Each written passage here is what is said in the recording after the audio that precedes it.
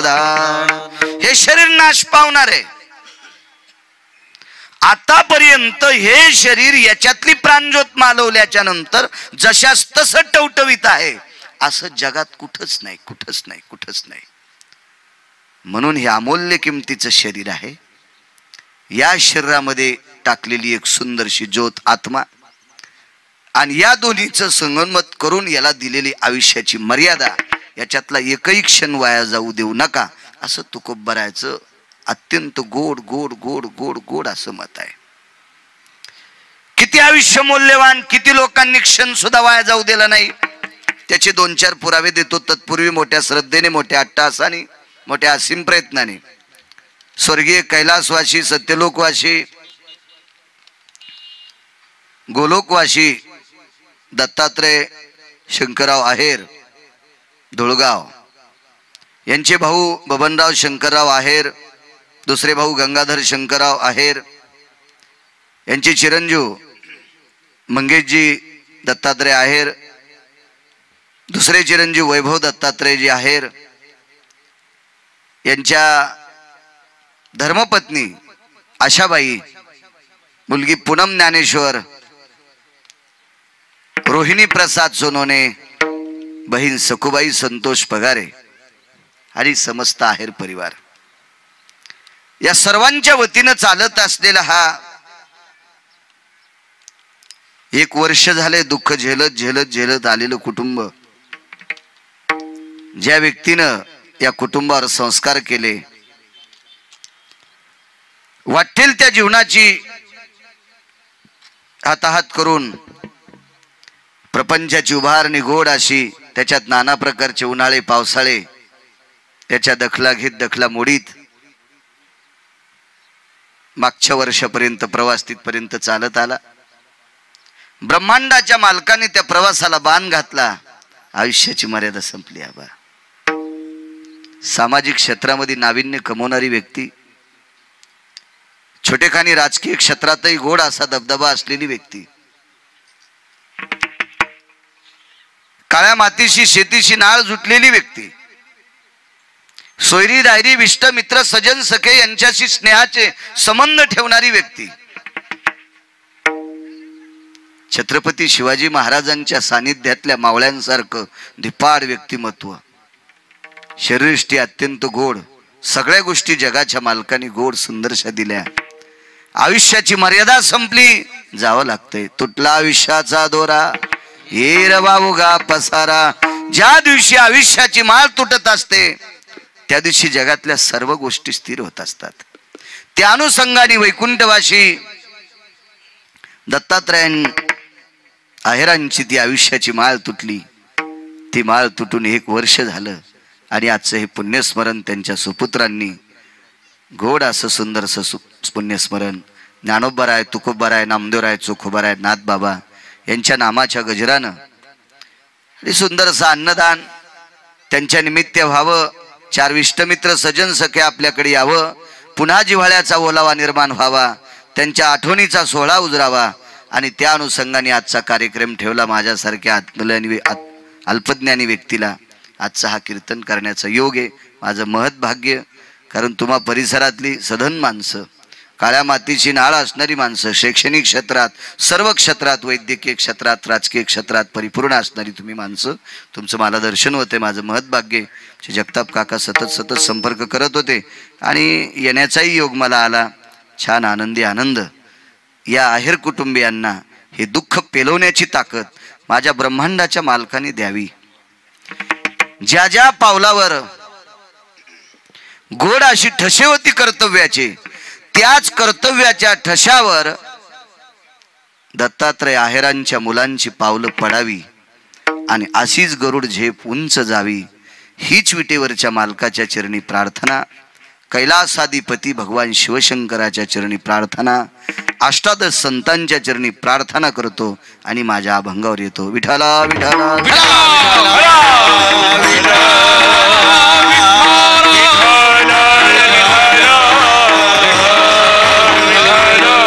क्षणोक्षणाची करावा विचार, तरावया पार भव सिंधू.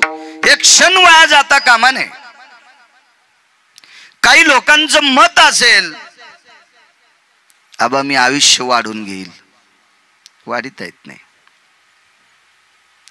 मला असं वाटतं एखादा व्यक्ती नोकरी करीत असेल, खाजगी सरकारी काय असेल ते, काही काही नोकऱ्यामध्ये वाढून घेता येते. हो हो. आणि मला वाटतं स्वेच्छा निवृत्ती पण घेता येते. हा बॉन्ड असा लिहिलेला आहे, किती जरी कदर आला आणि तुम्ही म्हणले मला मरायचं तर आयुष्य शिल्लक असेल तर मरता येत नाही. असे 2-2 वर्ष माणसं कोमात पडलेत, मरच नाही. अब्जानं खर्व निखर्वानं जरी पैसे असतील, डोंगर असेल पैशाचा, आणि 4-5 दिवस लग्न आलंय पोराचं, तितक्या पुरतं आयुष्य द्या म्हणा तरी ऐकत नाही. माशी पाखू पाखडे तव हे सरी ग्रास गिळी सत्ता नाही हाती. क्या बात आहे. ग्रास गिळी सत्ता नाही हाती. ग्रास गिळी सत्ता नाही हाती. ग्रास गिळी सत्ता नाही हाती. क्षण भंगुर है जायन कळता.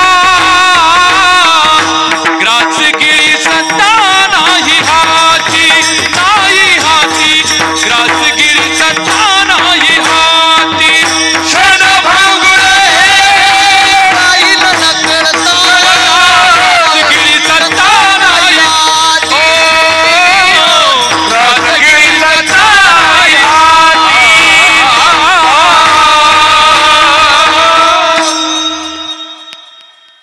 गावरान तुपाचा शिरा प्लेट मध्ये, प्लेट सोन्याची, चमचा सोन्याचा आहे, शिरा गावरान तुपाचा आहे, बदाम टाकलेले अण्णा काका. भूक लागलेली आहे, चमच्यात शिरा घेतलाय, ओठापर्यंत शिरा गेला, जिभेवर शिऱ्याचा घास गेला आणि विटेवरच्या मालकान प्राण हरला. तो घास हातमध्ये जाईल एवढ्या क्षणाचा भरोसा नाही, म्हणे आयुष्य गोड गोड वेचायचं. बऱ्याच लोकांचं असं मत आहे, काय नाही पोरापोरीचे लग्न झाल्यावर वारीला येईल. पोरापोरींचे लग्न झाल्यावर वारीला जाईन म्हणणारा पोराला नातू झाला, त्याला खेळवायलाच कोण नाही म्हणले. आता हे इथपर्यंत दूर विचार करणारे लोकांनी, मला असं वाटतंय तुम्ही दिलेला पुरावा आता ऐका. ग्रास गिळी सत्ता, घास गिळायची ताकद नाही, तेवढा वेळ नाही आपल्याकडे. म्हणून जेवढा चांगल्या कामात वेळ घालता येईल तितका घालत राहा. एकाही संतांनी सांगितलं नाही लेकर बाळ हाकलून द्या. सुखे करावा संसार न संडावे दोन्ही वार. सुखे करावा संसार न संडावे दोन्ही वार. समाधरी चोच येतीला. समाधरी चोच येतीला.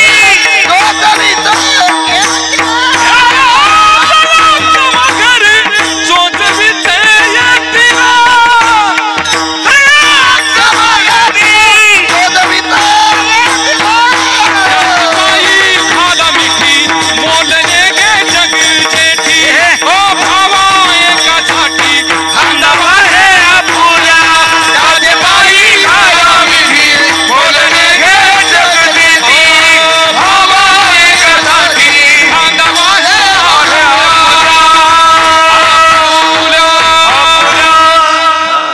संसार त्याजू नका बनले. बरं, कांद्याला पाणी देत असताना पाणी बंद करून भजनात बसा असंही म्हणले नाही. द्राक्षाला पाणी देत असताना, फवारणी करत असताना ती बंद कर आणि भजन कर असं नाही. ते बंद करून जर भजन करीत असेल तर त्यासारखा नालायक कोण नाही. उलट सोपा पर्याय सांगितला, कामामध्ये काम, कामामध्ये काम, कामामध्ये काम. काही म्हणा राम राम, काही म्हणा राम. राहील भवश्रमात सुख होय दुःखाचे. राहील भवश्रमात सुख होय दुःखाचे.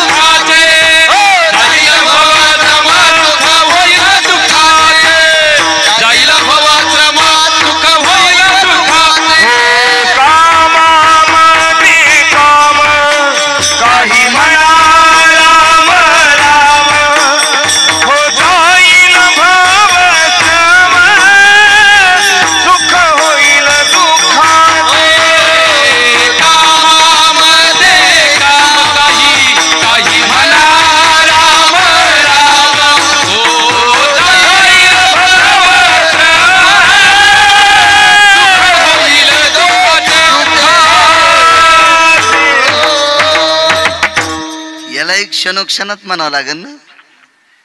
चौचरणी आपण दोचरणीत धरलं आणि फटकन चौचरणीत नेलं. धरत माणसं लागते त्याला. वा वा. कामामध्ये काम काही म्हणा राम राम. मला असं वाटतं हातातलं काम सोडून इकडं भजनात जाणाऱ्या माणसाला संतांनी मानलं नाही. उलट कामाला देव मानणाऱ्या संतांना पंढरपुरातल्या मालकांनी स्वतःहून भेटी दिल्या. त्याच्यात सावता महाराज. कांदा मुळा भाजी, कांदा मुळा भाजी, कांदा मुळा भाजी, कांदा मुळा भाजी हो अवघी मिठाई माझी, अवघी मिठाई माझी, अवघी मिठाई माझी, अवघी मिठाई माझी हो. कांदा मुळा भाजी,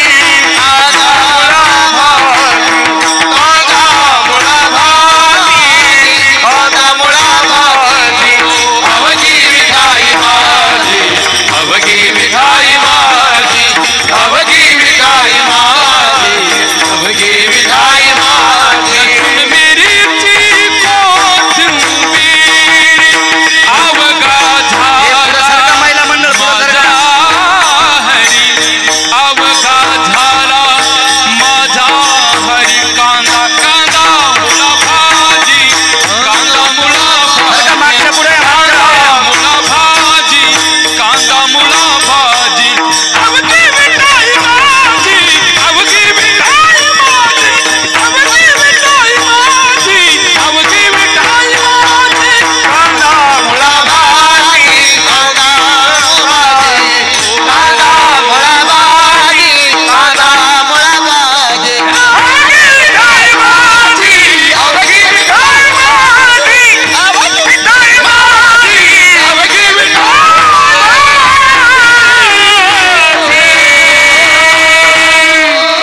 गाद्यावर बसा. आणि त्या गाद्या तरी काय तंबाखू खाणारे थुकू थुकू खराब केल्यात ना. त्या कोणत्या मंदिरातल्या गाद्या? हजारो माणसं बसले असतील त्यानं साऱ्या गदळ करून टाकलेल्या. आणि त्याच्यावर बसायचा काय मोठाडपण आहे? सरकार पुढे इथं काही इचुरी गेलीत का? कांदा मुळा भाजी, अवघी मिठाई माझी, लसूण मिरची कोथिंबिरी अवघा झाला माझा हरी. 500 जर मेथीच्या जुड्या सावता महाराजांनी बाजारात नेल्या असतील तर 250 घरच्या लोकांची भाजी झाली. अण्णा 250 घरच्या लोकांचं जेवण झालं. किती मोठं पुण्य असेल. आणि या पुण्याची दखल विटेवरच्या मालकाने घेतली. म्हणून काम करण्यात सुद्धा भजन सांगितलं.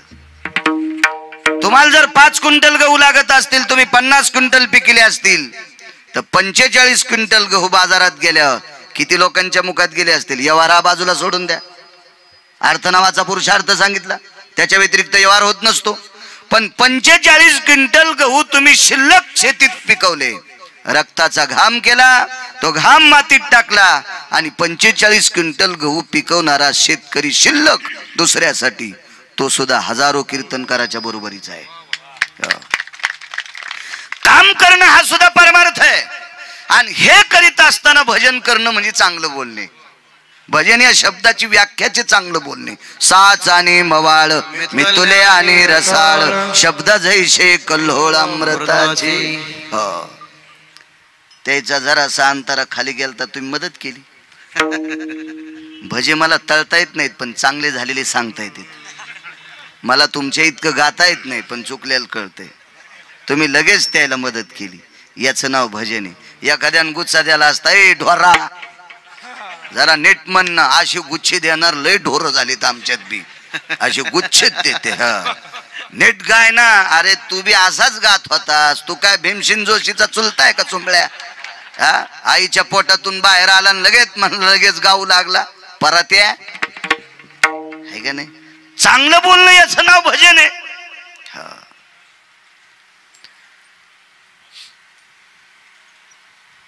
हे काम करत असताना जगाच्या मालकाचं स्मरण करायचं, वेळ वाया घालायचं नाही. किती अमूल्य वेळ आहे, किती मोठी माणसं जपली बघा. भारतीय युद्ध पहिलं झालं. मी इथे कीर्तन आपण गेलतो एका गावाला. तिथे अभंग घेतला होता. येऊन या काळ बैसला शे उसा झाकी तोशी कैसा डोळे आता भिंगारे. भारतीय युद्धातला भीष्माचार्याचा प्रसंग सांगितला तोच सांगतो, पण त्याच्यावर एक थोडस कमी सांगतो थोडासा. 113 बाण भीष्माचार्याच्या अंगात घुसले. पहिलं दर्शन पंढरपुरातल्या मालकाने भीष्माचार्य खाली पडल्यावर अगोदर घेतलं. भगवान द्वारकाधीश कृष्ण परमात्म्याने भीष्माचार्यांचं पहिल्यांदा दर्शन घेतलं. खरं तर याच मालकाने मारले, हे तितकं खरं आहे. कारण भीष्माचार्यांना मारायची ताकद कोणातच नव्हती. वाय खोटं करूनही नव्हती. खोटं करून मारता आलं फक्त पंढरपुरातल्यालाच. कारण सगळ्या गोष्टी सपातता येत्यात त्यालाच, बाकीच्या कोणाच्याच सपातल्या नाही. येत्याच्या नाही, योग्याच्या नाही, तप्याच्या नाही, जप्याच्या नाही, अनुरागाच्या नाही, कोणाच्याच नाही, सपातच नाहीत, फक्त त्याच्याच सपातल्या. त्याचंच तर नाव देव आहे. आणि त्या पण 8व्या अवतारातच सपातल्या. म्हणून तर नवल केवढे केवढे म्हणले. त्या 7व्या अवतारात नाही सपातल्या. एका डोक्याच्या केसा इतकं तिरपट वागता आलं नाही 7व्या अवतारात प्रभू रामचंद्राला. आणि 8व्या अवतारात कोणीकडे बी रस्ता पूर्वेकडे चाललाय आणि यान पश्चिमेकडे पकडा, तरी पण गाव तयारच तिकडं.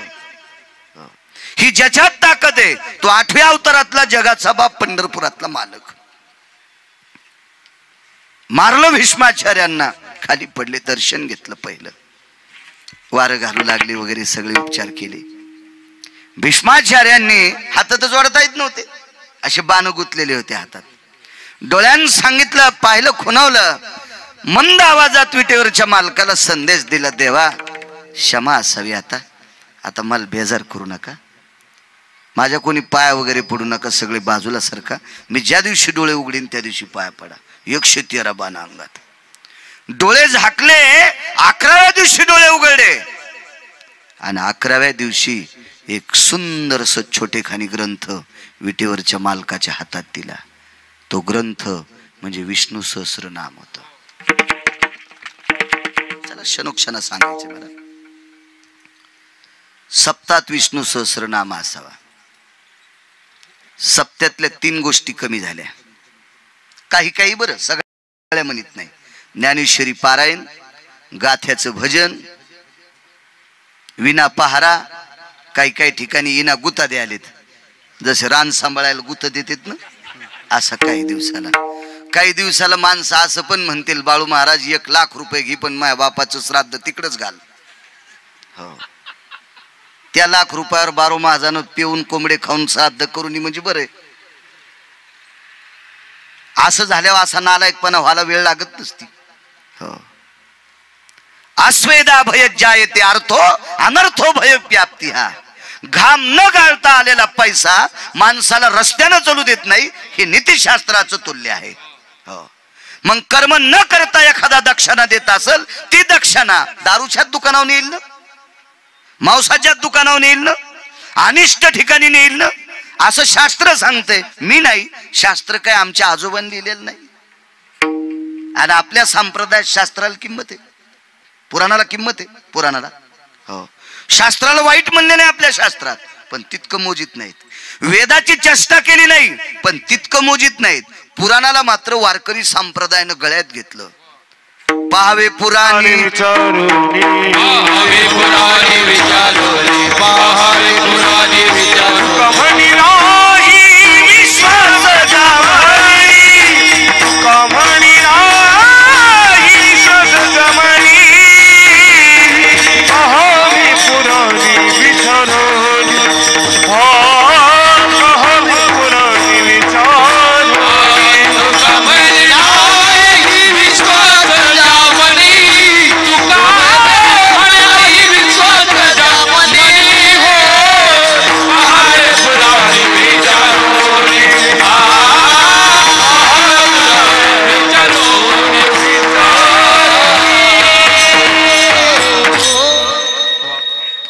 पुराण सांगते.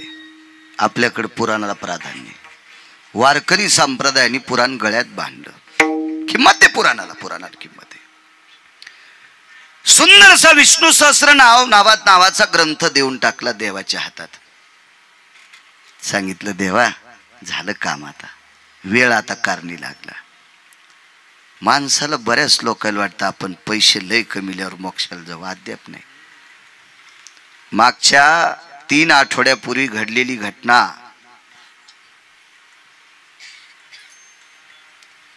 एवढी विद्वत्ता कमवली एका माणसानं एवढी विद्वत्ता कमवली की 8 देशानं, मला वाटते गोल्ड मेडल म्हणतात ना, 8 देशानं बसवलं भाऊ त्या व्यक्तीचा सत्कार केला. अण्णा बालरोग तज्ञात पारंगत व्यक्ती, इतका बालरोग तज्ञ, छोट्या लेकरांचा डॉक्टर, एवढा तज्ञ की सीमा नाही. काय संसाराचा व्याप वाढिला, काय माणुसकीचा व्याप वाढिला, किती नाविन्य कमवलं. कल्पना करा, आपण ज्यांच्यासाठी वेळ खर्च करतो ती किती हलकट असते त्याचा विचार करा. ती व्यक्ती जात राहिली, फोन केला मुलाला मुलीला, विदेशात होते, अंत्यविधी करायची, त्याने एकच शब्द, नो प्रॉब्लेम, तुम्ही उरकून घ्या, बघू आम्ही एखाद्या महिन्याच्या नंतर सुट्टी भेटल्यावर येण्याचा प्रयत्न करू. ज्या व्यक्तीला 8 देशांनी सत्कार केलाय, 8 देशांनी, नुसत्या भारताने नाही, त्या व्यक्तीनं नाविन्य किती कमीला असेल कल्पना करा, सेवा किती असेल, त्यांच्यासाठी